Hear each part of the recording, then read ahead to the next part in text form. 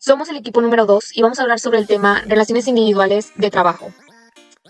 Somos alumnos de la carrera de licenciado en Administración de tercer semestre en la Universidad Autónoma de Tamaulipas. Esta materia es Derecho Laboral, impartido por la maestra Mireya Huerta Trejo. Hola, mi nombre es Luis Fermín Armendariz Ábalos. Me toca sobre el concepto de relación de trabajo. A continuación les hablaré sobre este tema. Básicamente, relación de trabajo se define como la presentación de un trabajo personal subordinado a una persona a cambio de un salario. Esto quiere decir que el contrato de trabajo, sin importar su forma, es el acuerdo mediante el cual una persona se compromete a realizar un trabajo personal subordinado a cambio de un salario.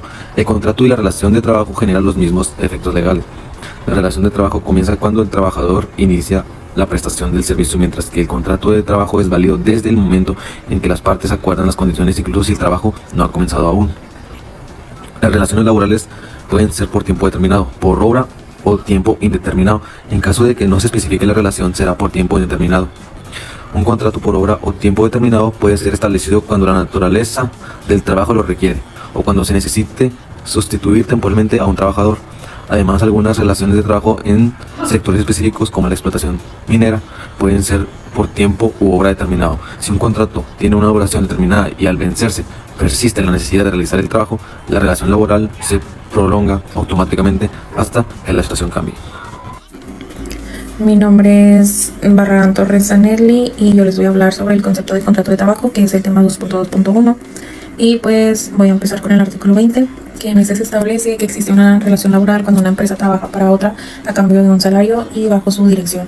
Esto significa que siempre que haya subordinación y pago se considera una relación de trabajo sin importar si hay un contrato formal escrito. En el artículo 21 se establece la existencia de una relación laboral. Se presume siempre que una persona preste un servicio a otra. Esto significa que cuando alguien trabaja para otra persona se asume automáticamente que hay una relación de trabajo, a menos que se demuestre lo contrario. Pues en otras palabras, no es necesario un contrato escrito para que la relación laboral sea reconocida. En el artículo 22 establece que los menores de 15 años no pueden trabajar. También señala que los jóvenes mayores de 15 y menores de 18 años pueden trabajar, pero solo bajo ciertas condiciones especiales que protejan su salud, desarrollo y educación. El artículo 22 bis nos dice, se prohíbe emplear a menores de 18 años en actividades peligrosas o insalubres que puedan afectar su salud, seguridad o moralidad. También establece que el gobierno debe determinar cuáles son esos trabajos peligrosos o insalubres para proteger a los menores trabajadores. En el artículo 23 establece que los menores de 18 años deben someterse a un examen médico previo al inicio de sus actividades laborales y a revisiones periódicas para asegurar su salud. Si estos exámenes indican que el trabajo afecta a su salud, el empleador deberá cambiar sus funciones a actividades adecuadas para su bienestar. El artículo 24 establece que los contratos de trabajo deben hacerse por escrito cuando así lo exija la ley y deben cumplir con los requisitos legales para garantizar los derechos y obligaciones de ambas partes, es decir, del trabajador y el empleador. Sin embargo, la falta de un contrato escrito no anula los derechos laborales del trabajador. En el artículo 25 se encuentran los elementos que debe contener el contrato de trabajo por escrito y pues incluye lo que son datos personales del trabajador y del empleador, ya sea su nombre, nacionalidad, edad, sexo, estado civil, también lo de el horario, el salario, forma de lugar y pago, condiciones de capacitación y además términos acordados. Esos requisitos aseguran que el trabajador y el empleador conozcan y respeten sus derechos y obligaciones dentro de la relación laboral. En el artículo 26, en este se establece que cuando un trabajador preste sus servicios a varios empleadores en una misma empresa, todos ellos serán responsables solidariamente de las obligaciones laborales. En el artículo 28, pues en este artículo pues indican las condiciones de trabajo que se harán constar por escrito y contendrán pues las estipulaciones del artículo 25 de esta ley, que son indicar los gastos de repartición que dan a cargo del empresario contratante, las condiciones de vivienda decorosa, higiénica que explotará el trabajador, la forma y condiciones en las que se le otorgará al trabajador y a su familia, en su caso, la atención médica correspondiente. También, pues en caso de que el patrón no cuente con un establecimiento permanente y domicilio fiscal o de representación comercial en territorio nacional, el Centro Federal de Conciliación y Registro Laboral fijará su monto de una fianza o depósito para garantizar el cumplimiento de las obligaciones contraídas. En el artículo 34, pues en este artículo se establecen los convenios celebrados entre los sindicatos y los patrones que pueden afectar a los derechos de los trabajadores. Y pues también se menciona que cuando se trate de reducción de trabajos, el reajuste se afectará de conformidad con lo dispuesto en el artículo 437, que en este dicho artículo se habla sobre la reducción de los trabajos en una empresa o establecimiento, pues se tomará en consideración al escalón de los trabajadores a efecto de que sean reajustados los de menor antigüedad. Y pues a continuación tenemos un ejemplo de un contrato individual de trabajo. Pues en como se mencionaba anteriormente, tienen que venir los datos personales del trabajador y del empleador, la descripción del trabajo, el lugar y duración, el horario, el salario, forma y lugar de pago, las condiciones de capacitación y demás términos acordados. Y pues ya al final pues viene lo que es la firma del patrón y el testigo, y pues así es un contrato de trabajo. Buenos días, mi nombre es Jennifer Cabañas Vargas y el tema que les voy a hablar es el 2.2.2 tipos de contratos de trabajo. El primer tipo de contrato es el determinado, que en el artículo 37 de la Ley Federal de Trabajo en México establece que el señalamiento de un tiempo determinado en un contrato laboral puede únicamente estipularse en casos en los que la naturaleza de trabajo lo requiera. Otro tipo de contrato es el que es por obra determinada, que en el artículo 38 nos menciona que el trabajador y el patrón fijarán la duración de la jornada de trabajo sin que pueda exceder los máximos legales. Los trabajadores y el patrón podrán repartir las horas de trabajo a fin de permitir a los primeros el reposo el sábado en la tarde o en cualquier modalidad equivalente. Otro tipo de contrato es el indeterminado, que en el artículo 39A del Código Fiscal de la Federación permite a las autoridades fiscales otorgar estímulos como reducciones o extensiones de impuestos para fomentar ciertas actividades o regiones. Otro tipo de contrato es por capacitación inicial, que en el artículo 39b se entiende por relación de trabajo para capacitación inicial aquella por virtud de la cual un trabajador se obliga a prestar sus servicios subordinados bajo la dirección y el mando del patrón, con el fin de que adquiera los conocimientos o habilidades necesarios para la actividad para la que vaya a ser contratado. El siguiente tema es el 2.3, duración de la relación de trabajo. Cuando es por obra, según el artículo 36, el señalamiento de una hora determinada puede únicamente estipularse cuando lo elija su naturaleza. Cuando es por tiempo determinado, está el artículo 37, que ya una vez lo mencioné, establece que el señalamiento de un tiempo determinado es un contrato laboral. Puede únicamente estipularse en casos en los que la naturaleza de trabajo lo requiera, cuando tenga por objeto subsistir temporalmente a otro trabajador o en los demás casos previstos por esta ley. También cuando es por tiempo indeterminado, según el artículo 39A, nos dice que el trabajador y el patrón fijarán la duración en la jornada de trabajo sin que pueda exceder los máximos legales.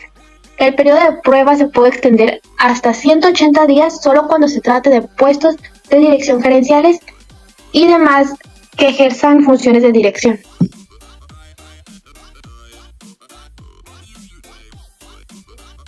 La capacitación inicial, según el artículo 39b, tendrá como una duración máxima 3 meses o en su caso hasta 6 meses, solo cuando se trate de puestos de dirección gerenciales y demás funciones que ejerzan las funciones de dirección y administrativo. Cuando es por periodo de prueba, según el artículo 39A, no puede exceder de 30 días, esto con el fin de que el trabajador cumpla con los conocimientos para desarrollar el trabajo que solicita. Por último está por temporada, que en el artículo 39F, estos tienen duración de temporada, que no exige la prestación de servicios toda la semana, el mes o el año. Buenos días, mi nombre es Jamie Belén Cabrera Zúñiga y yo les voy a hablar sobre dos temas de la Ley Federal del Trabajo, sobre los derechos de preferencia, antigüedad y ascenso y la suspensión, rescisión y terminación de la relación del trabajo. En el capítulo 4, derechos de preferencia, antigüedad y ascenso, el artículo 254 habla en resumidas cuentas que los patrones están obligados a preferir en igualdad de circunstancias a los trabajadores. El artículo 155 habrá que los trabajadores que se encuentren en los casos del artículo anterior y que aspiren a un puesto vacante o de nueva creación, estos trabajadores deben de presentar una solicitud a la empresa indicando su domicilio, nacionalidad, si tienen a cargo una familia o quienes dependen económicamente de ellos, con el único fin de ser llamados al ocurrir alguna vacante o crearse algún puesto nuevo. Y de esa manera se comprueba la causa en que funden su solicitud. El artículo 156 habla de que en caso de que no exista un contrato colectivo o no contener el celebrado la cláusula de admisión, serán aplicables las disposiciones contenidas en el primer párrafo del artículo 154. El artículo 157 habla que el incumplimiento de las obligaciones contenidas en los artículos 154 y 156, que es lo que el patrón debería de cumplir al trabajador, el trabajador está en su derecho de solicitar ante el tribunal que se le otorgue a su elección, que se le otorgue el puesto correspondiente y que se le indemnice o que se le indemnice con el importe de 3 meses de salario.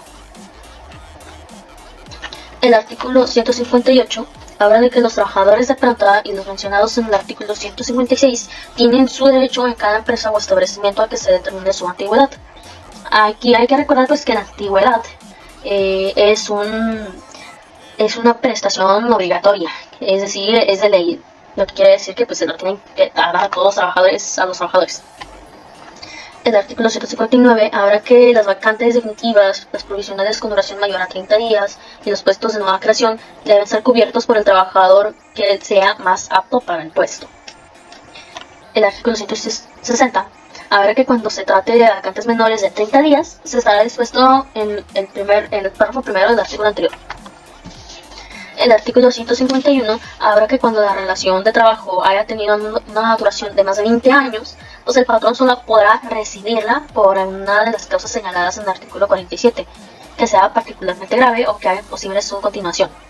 Esto pues, quiere decir que solamente el trabajador podrá separarse de su relación de trabajo cuando ocurra algunas cosas señaladas en el artículo 27. Podría ya ser robo o alguna circunstancia mucho más grave. El artículo 152 habla que los trabajadores de planta tienen derecho a una prima de antigüedad y esa prima de antigüedad pues es conforme a las siguientes normas. La prima de antigüedad debe consistir con el importe de 12 días de salario por cada año de servicios. Es decir, cada año de antigüedad que tengas deben ser 12 días de salario. Para determinar el monto del salario, pues está dispuesto lo que dice los artículos 485 y 486. La prima de antigüedad se paga a los trabajadores que se separen voluntariamente de su empleo, siempre y cuando hayan cumplido 15 años de servicio como mínimo. Y también, asimismo, los que se hayan separado o hayan sido despedidos, pues también se les da su prima de antigüedad. También, para el pago de la prima, en los casos de retiro voluntario de los trabajadores, se observa las normas siguientes, como lo que es el número de trabajadores que se retiren, pues no exceda de más del 10%. Pues se les pagará a los que primeramente se retiren, ¿no? En caso de que se llegue a exceder dicho porcentaje. Y si el retiro se efectúa al mismo tiempo con un número de trabajadores mayor al mencionado, pues debe diferirse para el año siguiente el pago de la que corresponde a los trabajadores restantes. También, en caso de que el trabajador fallezca, cualquiera que sea su antigüedad, la prima que corresponde a ese trabajador pues se le pagará a las personas mencionadas en el artículo 501. Y la prima de antigüedad que se refiere a este artículo pues cubre a los trabajadores o a sus beneficiarios independientemente de cualquier otra prestación que les corresponda. Ahora les voy a hablar sobre el tema de la suspensión del capítulo 3, suspensión de los efectos de las relaciones de trabajo. Pues el artículo 42 habla que las causas de una suspensión temporal de las obligaciones de prestar un servicio y pagar el salario sin responsabilidad para el trabajador y el patrón, pues puede ser ya sea una enfermedad contagiosa, la incapacidad temporal, sea por un accidente o enfermedad, la prisión preventiva del trabajador seguida de una sentencia absolutoria, el arresto del trabajador y el cumplimiento de los servicios y el desempeño de los cargos mencionados en el artículo 5 de la Constitución. También la designación de los trabajadores como representantes ante los organismos estatales y pues la falta de documentos que exijan las leyes y reglamentos. También la conclusión de la temporada en el caso de los trabajadores contratados bajo esta modalidad y la licencia en que se refiere el artículo 144 bis de la Ley del Seguro Social. El artículo 42 bis pues habla de que en caso de que las autoridades competentes emitan una declaratoria de contingencia sanitaria, conforme a las disposiciones que se les aplique, la suspensión de las relaciones laborales está dispuesto lo que dicta el artículo 429, fracción cuarta de esta ley. Y el artículo 429 pues habla de que el patrón no requerirá aprobación o autorización del tribunal y estará obligado a pagar a sus trabajadores una indemnización equivalente a un día de salario mínimo general vigente por cada día que dure la suspensión sin que pueda excederse de un mes. El artículo 43 pues habla de que la suspensión en el que se refiere el artículo 42 solamente puede surtir efectos en casos de las fracciones 1 y 2 del artículo anterior, que es pues desde la fecha en que el patrón tenga conocimiento de la enfermedad contagiosa o de la incapacidad hasta que termine el periodo fijado por el Instituto Mexicano del Seguro Social, que es el IMSS, o antes si desaparece la incapacidad del trabajo sin que la suspensión pueda excederse del término fijado de la Ley del Seguro Social para el tratamiento de estas enfermedades que no sean consecuencia de un riesgo de trabajo. Si se llega a tratar sobre las fracciones tercera y cuarta, pues el trabajador que acredite estar retenido o exposición de la autoridad judicial administrativa hasta la fecha que se causa ejecutoria de la sentencia que lo absuelva o termine el arresto. También, desde la fecha en que se deba prestar los servicios o desempeñarse los cargos hasta un periodo de 6 años. Y en caso de que pues sea lo que dice el artículo séptimo, desde la fecha en que el patrón tenga conocimiento del hecho hasta por un periodo de 2 meses. Y ya como últimos pues dice que desde la fecha de la conclusión de la temporada hasta el inicio de la siguiente. El artículo 44 habla que cuando los trabajadores sean llamados para alistarse a servir en la Guardia Nacional, de conformidad con lo dispuesto en el artículo 31 de la Constitución, pues el tiempo de servicio se tomará en consideración para determinar antigüedad. También el artículo 45 habla que el trabajador deberá regresar a su trabajo en los casos de la fracción 1, 2, cuarta y séptima al día siguiente de la fecha en que termine la causa de la suspensión. Y en los casos de las fracciones tercera, quinta y sexta, dentro de los 15 días siguientes a la terminación de la causa de la suspensión. Hola, soy Castillo Alarán Rubí Montserrat y voy a hablar sobre la rescisión de las relaciones de trabajo en el capítulo 4 de la Ley Federal del Trabajo. Título segundo, relaciones individuales de trabajo. En el artículo 46 nos menciona que el patrón o trabajador puede rescindir en cualquier tiempo la relación del trabajo por causa justificada sin incurrir en responsabilidad. En el artículo 52 nos menciona que el trabajador podrá separarse de su trabajo dentro de los 30 días siguientes a la fecha en que se dé cualquiera de las causas mencionadas en el artículo anterior, y tendrá derecho a que el patrón lo indemnice en los términos del artículo 50. En el artículo 54 nos menciona que en el caso de la fracción cuarta del artículo anterior, que si la incapacidad proviene de un riesgo no profesional, el trabajador tendrá el derecho a que se le pague un mes de salario y 12 días por cada año de servicios, de conformidad con lo dispuesto en el artículo 162. O de ser posible, si así lo desea, a que se le proporcione otro empleo compatible con sus aptitudes, independientemente de las prestaciones que le correspondan de conformidad con las leyes. En el artículo 55 nos menciona que si en el juicio correspondiente no comprueba el patrón las causas de la terminación, es que tendrá el trabajador los derechos consignados en el artículo 48.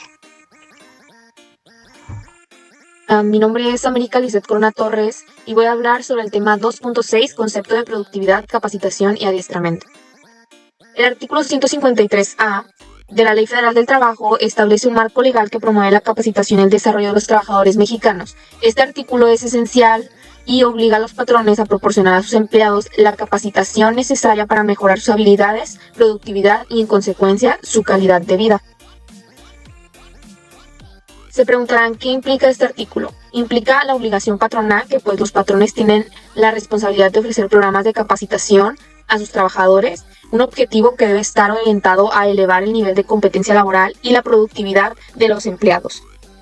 Planes y programas. que estos programas deben estar diseñados de manera conjunta entre el patrón y los trabajadores a través de sus sindicatos representantes, y la autorización que las instituciones que imparten capacitación deben estar autorizadas y registradas ante la Secretaría del Trabajo y Previsión Social. Algunos beneficios de la capacitación es mayor productividad, menor rotación de personal, mejor calidad en los productos y servicios, adaptación a los cambios. Y esto en resumen, pues garantiza el derecho a los trabajadores de la capacitación y el desarrollo, a promover la mejora continua de las habilidades de los empleados, y pues se contribuye en el crecimiento económico del país y una equidad en el mercado laboral.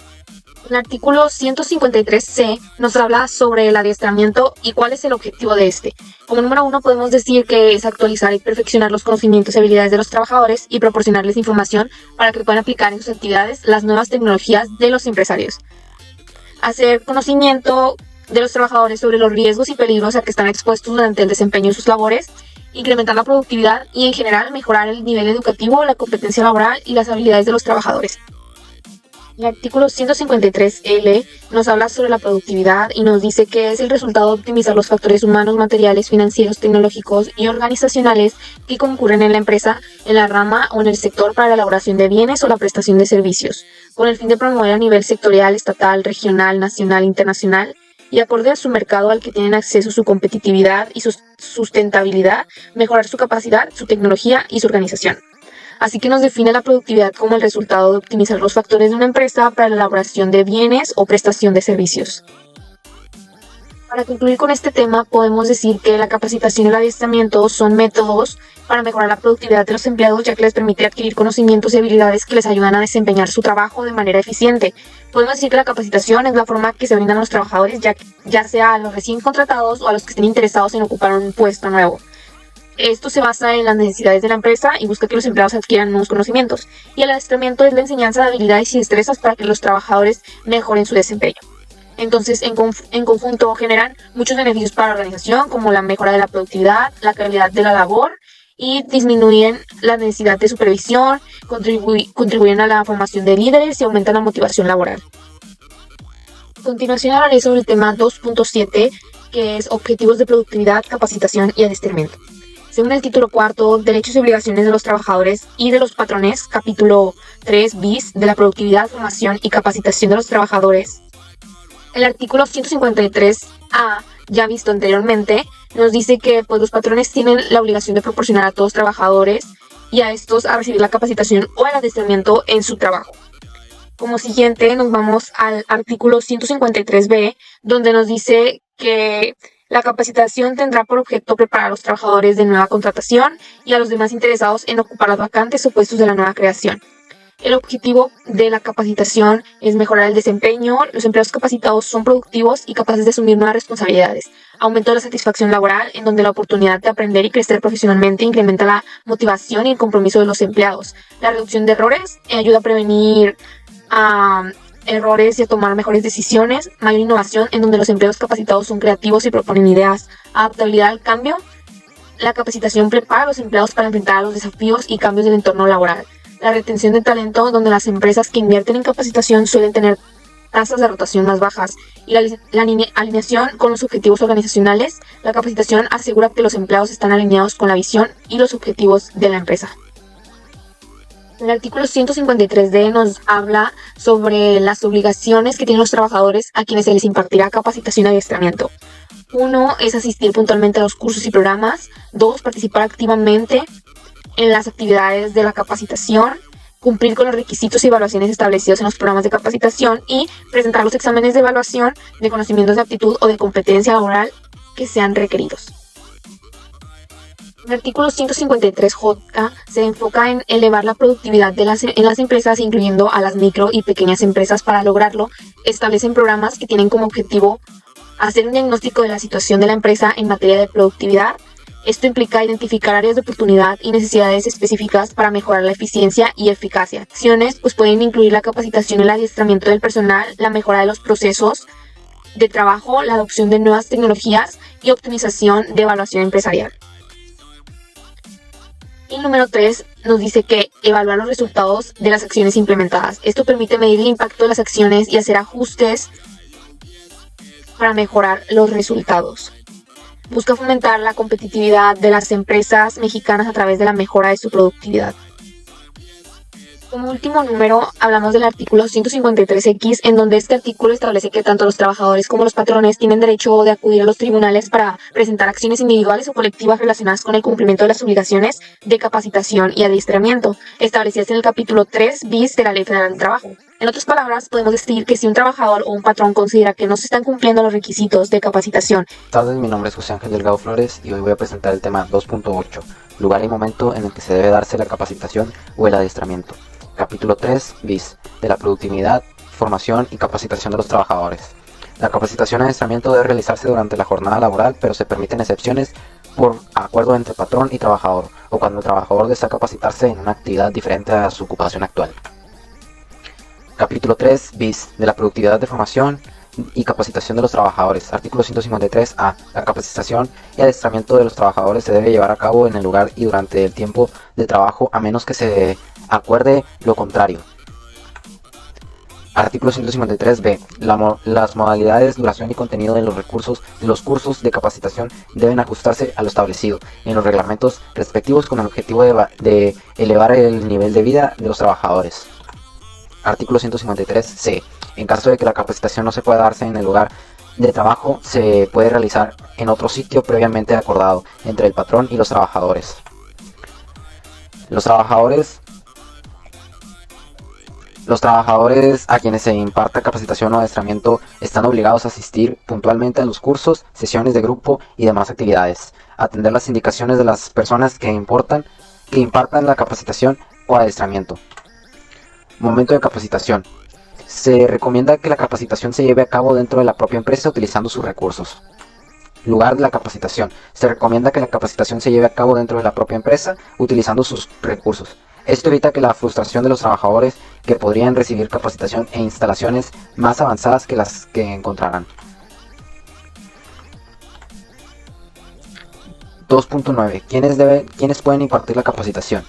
En las empresas que tengan más de 50 trabajadores se constituirán comisiones mixtas de capacitación, adiestramiento y productividad, integradas por igual número de representantes de los trabajadores y de los patrones, y serán las encargadas de: número 1. Vigilar, instrumentar, operar y mejorar los sistemas. Número 2. Proponer los cambios necesarios en la maquinaria, los equipos, la organización del trabajo y las relaciones laborales. Número 3. Proponer las medidas acordadas por el Comité Nacional y los comités estatales de productividad a que se refieren los artículos 153K y 153Q. Número 4. Vigilar el cumplimiento de acuerdo de productividad y también con el número 5, resolver las objeciones que en su caso presenten los trabajadores con motivo de la distribución de los beneficios de la productividad. Para el caso de las artículos 153E, para el caso de las micro y pequeñas empresas, que son aquellas que cuentan hasta con 50 trabajadores, de la Secretaría de Trabajo y Previsión Social y la Secretaría de la Economía estarán obligadas a incentivar la productividad mediante la dotación de los programas a que se refiere el artículo 153J. Artículo 153J. Para elevar la productividad de empresas, incluidas las micro y pequeñas empresas, se elaborarán programas que tendrán por objeto: número 1. Hacer un diagnóstico objetivo de la situación de las empresas en materia de productividad. Número 2. Proporcionar a las empresas de estudios sobre las mejores prácticas, tecnologías y organizativas. Número 3. Adecuar las condiciones materiales, organizativas, tecnologías y financieras. Número 4. Proponer programas gubernamentales y financiamientos, asesoría, apoyo y certificación para el aumento de la productividad. Número 5. Mejorar los sistemas de coordinación entre trabajadores, empresas y gobiernos de academia. Número 6. Establecer compromisos para elevar la productividad por parte de la empresa. Número 7. Evaluar periódicamente el desarrollo y cumplimiento de los programas. Número 8. Mejorar las condiciones de trabajo, así como las medidas de seguridad e higiene. Número 9. Implementar sistemas que permitan determinar una forma y monto apropiados los incentivos. Número 10. Las demás que se acuerden y consideren pertinentes. Los programas establecidos en este artículo podrán formularse respecto de varias empresas. Artículo 153K. La Secretaría de Trabajo y Previsión Social, en conjunto de la Secretaría de Economía, convocarán a los patrones, sindicatos, trabajadores e instituciones académicas para que constituyan el Comité Nacional de Concentración y Productividad. El Comité Nacional de Concentración y Productividad se reunirá por lo menos cada 2 meses y tendrá las facultades que enseguida se enumeren. Número 1. Realizar un diagnóstico nacional e internacional de los requerimientos necesarios para elevar la productividad y la competitividad en cada sector y rama de la producción. Impulsar la capacitación y el adiestramiento, así como la inversión en equipo y forma de organización que se requiere para aumentar la productividad. Número 2. Cómo colaborar en la elaboración y actualización permanente del catálogo nacional de ocupaciones y en los estudios sobre las características de la tecnología, maquinaria y en equipo. Número 3. Sugerir alternativas tecnológicas de organización del trabajo para elevar la productividad en función de las mejores prácticas y correspondencia con el nivel de desarrollo de las empresas. Número 4. Formular recomendaciones de planes y programas de capacitación y adiestramiento que permitan evaluar la productividad. Número 5. Estudiar mecanismos y nuevas formas de remuneración que vinculen los salarios y en general el ingreso de los trabajadores. Número 6. Evaluar los efectos de las acciones de capacitación y adiestramiento en la productividad dentro de las ramas industriales. Número 7. Proponer a la Secretaría del Trabajo y Previsión Social la expedición de normas técnicas de competencia laboral y, en su caso, los procedimientos para evaluación. Número 8. Gestionar ante la autoridad laboral el registro de las constancias relativas a conocimientos o habilidades de los trabajadores. Número 9. Elaborar e implementar los programas que hace referencia el artículo anterior. Número 10. Participar en la elaboración del Plan Nacional de Desarrollo. Número 11. Emitir opinión y sugerir el destino y aplicación de los recursos presupuestales orientados al incremento de la productividad. Número 12.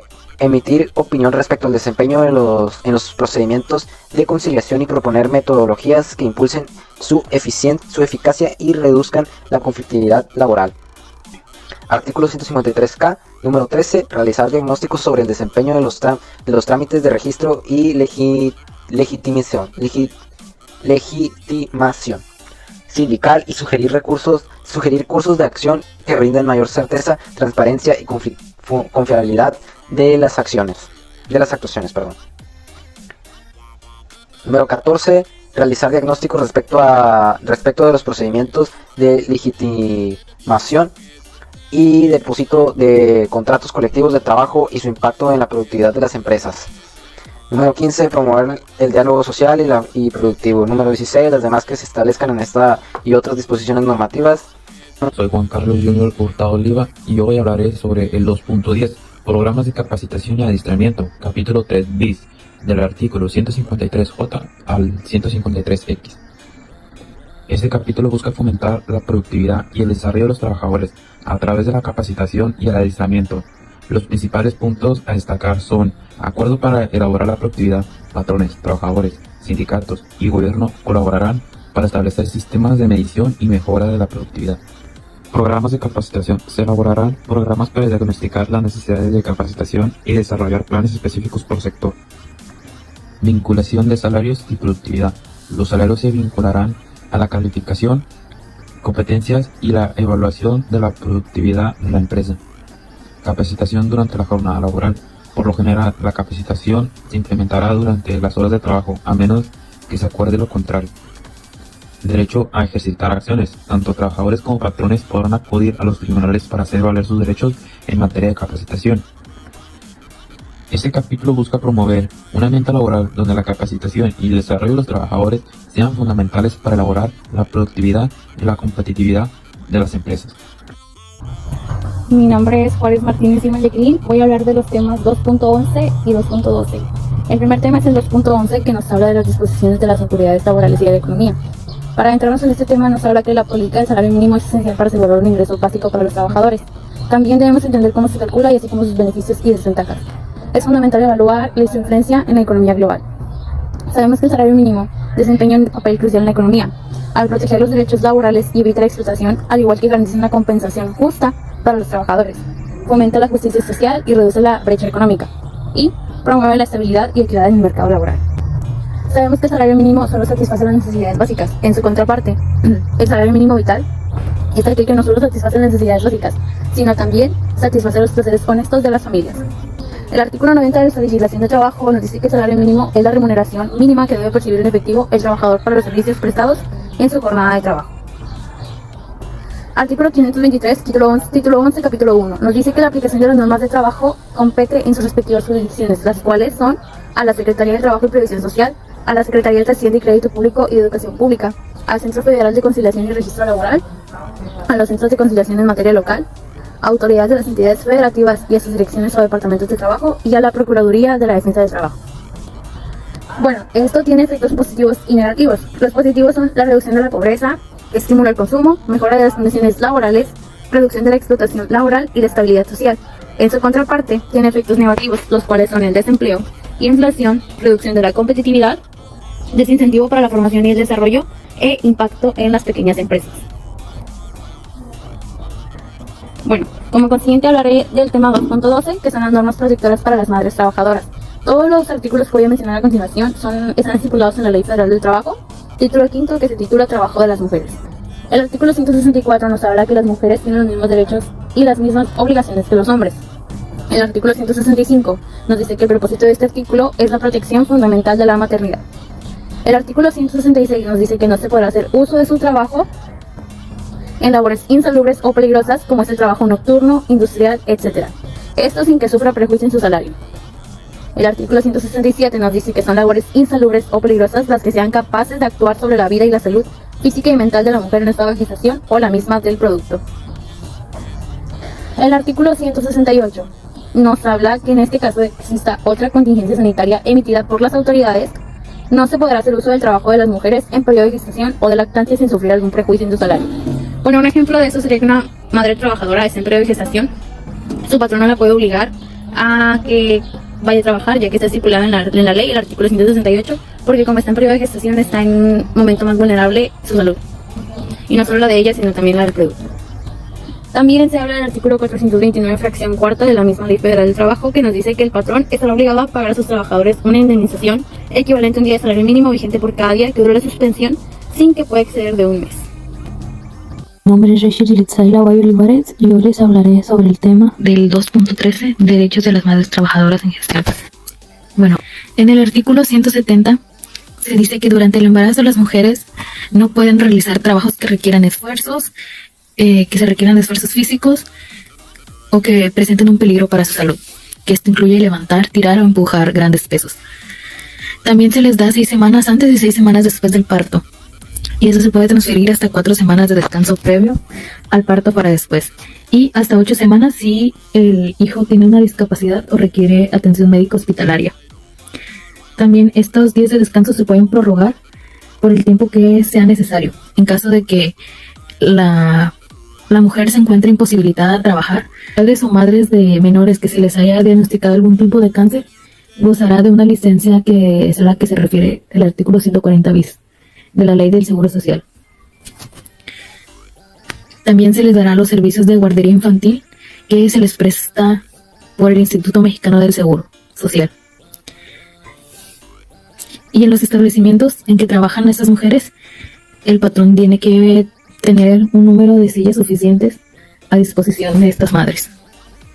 Bueno, también les hablaré sobre el 2.14, que son las normas protectoras de los hombres trabajadores. En el artículo 1 de la Ley Federal del Trabajo se da a conocer el principio de protección al trabajador. Esto asegura que el trabajador no quede desprotegido frente a decisiones arbitrarias del empleador o del jefe, buscando siempre garantizar la estabilidad laboral y el bienestar de este. También se habla sobre las regulaciones que establecen el límite de horas de trabajo, que esto viene en el artículo 61, y protege al trabajador de la sobreexplotación y asegura un equilibrio entre su vida personal y la laboral. El descanso y las vacaciones, que este viene en el artículo 80. Este puede garantizar al trabajador de que tiene que disfrutar el tiempo de descanso necesario para su bienestar. En el salario y beneficios, el artículo 82. En este se dice que tiene que recibir el salario mínimo independientemente del tipo de trabajo que realice. Tiene que recibir una compensación que le permita cubrir sus necesidades básicas. El aguinaldo y las vacaciones. En el artículo 87, este explica que los empleados tienen que disfrutar un descanso y un ingreso extra para sus gastos de fin de año. También se le da prestaciones médicas y pensiones.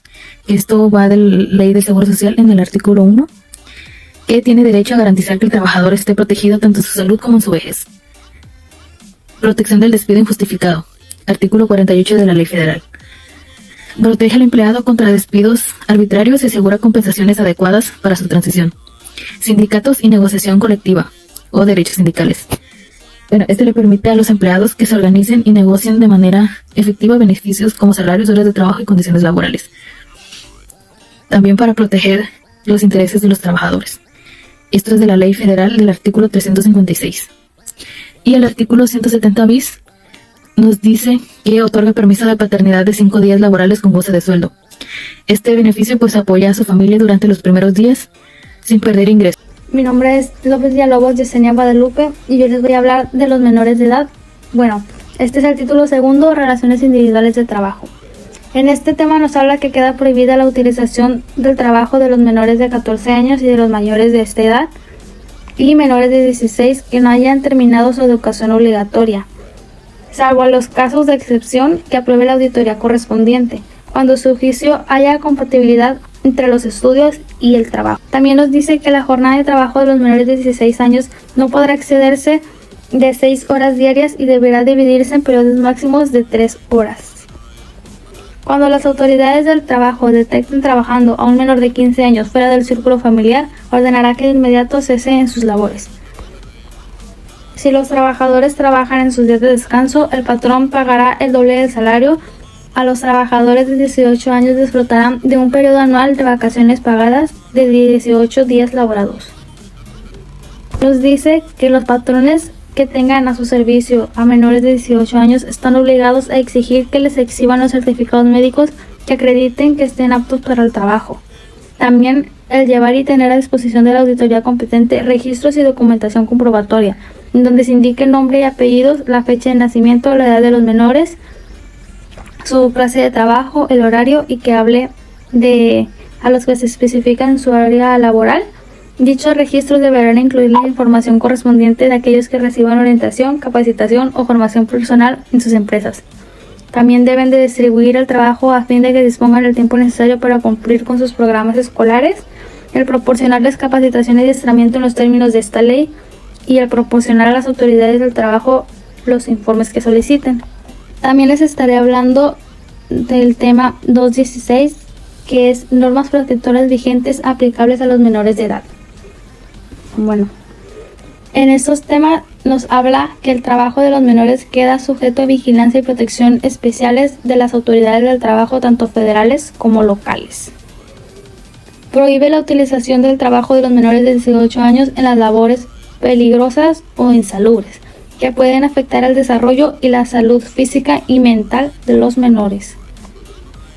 En el artículo 429 de la ley se indica que el empleador no necesita aprobación o autorización del tribunal para esta suspensión. Establece que las actividades agrícolas, forestales y otras pueden ser consideradas como peligrosas o insalubres. En el artículo 175 bis nos dice que para los efectos de este capítulo no se considerará el trabajo a las actividades que bajo la supervisión, el cuidado y la responsabilidad de los padres, tutores o quienes ejerzan la patria potestad realicen los menores de 15 años relacionados con la creación artística, el desarrollo científico, deportivo o de talento, la ejecución musical o la interpretación artística en cualquiera de sus manifestaciones, cuando se ejecuten a las siguientes reglas. Que bueno, nos dice que es la relación establecida con el solicitante, que deberá constar por escrito y contendrá el consentimiento expreso que en nombre del menor manifiesten los padres. Nos dice que las actividades que realice el menor no podrán interferir con su educación y también que las contraprestaciones que recibirá el menor por las actividades que realice nunca serán menores a los que por el concepto de salario recibirá un mayor de 15 y menor de 18 años. También nos habla que los trabajadores no están obligados a prestar servicios en sus días de descanso, ya que se les debe de dar por lo mínimo un día obligatorio de descanso, que este está establecido preferentemente el domingo. Puede ser cualquier otro día de acuerdo a que el patrón y el trabajador lo hayan hablado. Soy Fernanda y les voy a hablar sobre el 2.16, normas protectoras vigentes aplicables a los menores de edad. En el artículo 22 de la Ley Federal del Trabajo nos dice que los mayores de 15 años pueden prestar sus servicios, pero con las limitaciones establecidas en la ley. El artículo 177 nos habla de la jornada de trabajo de los menores de 16 años. Nos dice que no podrá exceder de 6 horas diarias y se deberá dividir en periodos máximos de 3 horas. y disfrutarán de un reposo de 1 hora por lo menos. En el artículo 178 nos dice que queda prohibida la utilización de los menores de 18 años en las horas extra, en los días domingo y en los días de descanso obligatorio. Nos dice que si se viola lo anterior, el patrón pagará al trabajador el salario más el doble por el servicio prestado. Por último, en el artículo 179 nos dice que los menores de 18 años disfrutarán de un periodo anual de vacaciones pagadas de 18 días laborales. Seguimos con el 2.17, que son los trabajos especiales. En el artículo 181 nos dice que los trabajos especiales se rigen por las normas de este título y por las generales de esta ley. Ahora voy a comenzar a hablar sobre los tipos de trabajos especiales y sus características. Empezamos con los trabajadores de confianza. Nos dice que sus condiciones de trabajo no deben de ser inferiores a las de otros puestos similares. No pueden unirse a sindicatos ni participar en huelgas, y el patrón los puede despedir si se pierde la confianza. Ahora con los trabajadores de buques nos dice que deben de ser mexicanos por nacimiento y pueden ser despedidos por causa de embriaguez, por el uso de drogas sin receta y si ponen en riesgo la seguridad. Y por último, el trabajo de las tripulaciones aeronáuticas nos dice que el piloto es el responsable de la conducción y seguridad de la tripulación. También nos dice que si se excede el tiempo de servicio, se les pagará un 100% adicional. Y los trabajadores de tripulaciones aeronáuticas tienen derecho a 30 días de vacaciones pagadas. Mi nombre es Michelle Medina, personas trabajadoras del campo. Artículo 279 al 284 bis. Las personas físicas que se dedican a la producción de alimentos o productos primarios realizan tareas en sectores como agricultura, ganadería y acuicultura. Además, se debe proporcionar transporte gratuito y seguro desde las áreas de vivienda hasta los lugares de trabajo, utilizando medios propios o servicios públicos adecuados. Agentes de comercio y otros semejantes. Artículo 285 al 291. Los agentes de ventas tienen salario base, comisiones y primas por operaciones exitosas como protecciones laborales específicas. Deportistas profesionales. Artículo 292 al 303. Las disposiciones se aplican a deportistas profesionales como futbolistas y boxeadores. Los contratos pueden ser temporales o indefinidos y se terminan por indisciplina grave. El salario puede establecerse por tiempo, eventos o temporadas. No se considera violación del principio de igualdad salarial si hay diferencias basadas en la categoría de eventos, equipos o jugadores. Trabajadores, actores y músicos. Artículo 304 al 310. Establece normas laborales para actores y músicos, ya sea por tiempo determinado o indeterminado, con salarios fijados por unidad de tiempo o funciones específicas. Para trabajos en el extranjero se adelanta el 25% del salario y se garantiza el pasaje de regreso. Se exige camarines adecuados para la seguridad y comodidad en el trabajo. Trabajo a domicilio. Artículo 311 al 330. El teletrabajo está sujeto a la ley, exigiendo la presencia del trabajador o su familia, registro y condiciones escritas, vacaciones y descanso remunerado. Teletrabajo. Artículo 330A al L. El teletrabajo implica trabajar de forma remota sin necesidad de presencia física en la empresa. Utilizando tecnologías de comunicación, las condiciones laborales se establecen en un contrato por escrito. Personas trabajadoras del hogar. Artículo 331 al 337. Las personas trabajadoras del hogar deben recibir vacaciones, prima vacacional, pago de días de descanso, seguridad social, aguinaldo y otras prestaciones acordadas en su relación laboral. Artículo 311 al 330. Las leyes mexicanas aseguran la protección de trabajadores en la minería con normas de seguridad, equipo adecuado y la posibilidad de rechazar condiciones riesgosas, imponiendo sanciones a incumplimientos. Trabajo en hoteles, restaurantes, bares u otros establecimientos análogos. Artículo 344 al 353. La Comisión Nacional de Salarios Mínimos establecerá salarios mínimos para los trabajadores. Deben atender a los clientes con cortesía, los inspectores velarán por la alimentación, las propinas y la jornada laboral. Industria familiar. Artículo 351 al 353. Los talleres familiares son trabajados solo por la familia, incluyendo la ley de higiene y seguridad. Inspección de trabajo supervisada al cumplimiento de las normas. Trabajos de médicos residentes en periodo de adiestramiento en una especialidad. Artículo 353A al LI. Los médicos residentes deben cumplir con normas y contratos, recibir prestaciones necesarias, seguir el programa académico y comportarse de forma profesional. El contrato dura mínimo 1 año o hasta obtener el certificado de especialización. Trabajo en las universidades e instituciones de educación superior, normas por ley. Artículo 353J a la U. Normas laborales en universidades e instituciones autónomas para trabajadores, sindicatos, salarios, seguridad social, huelga y protección de investigación. Permitido sindicato tras registro formal.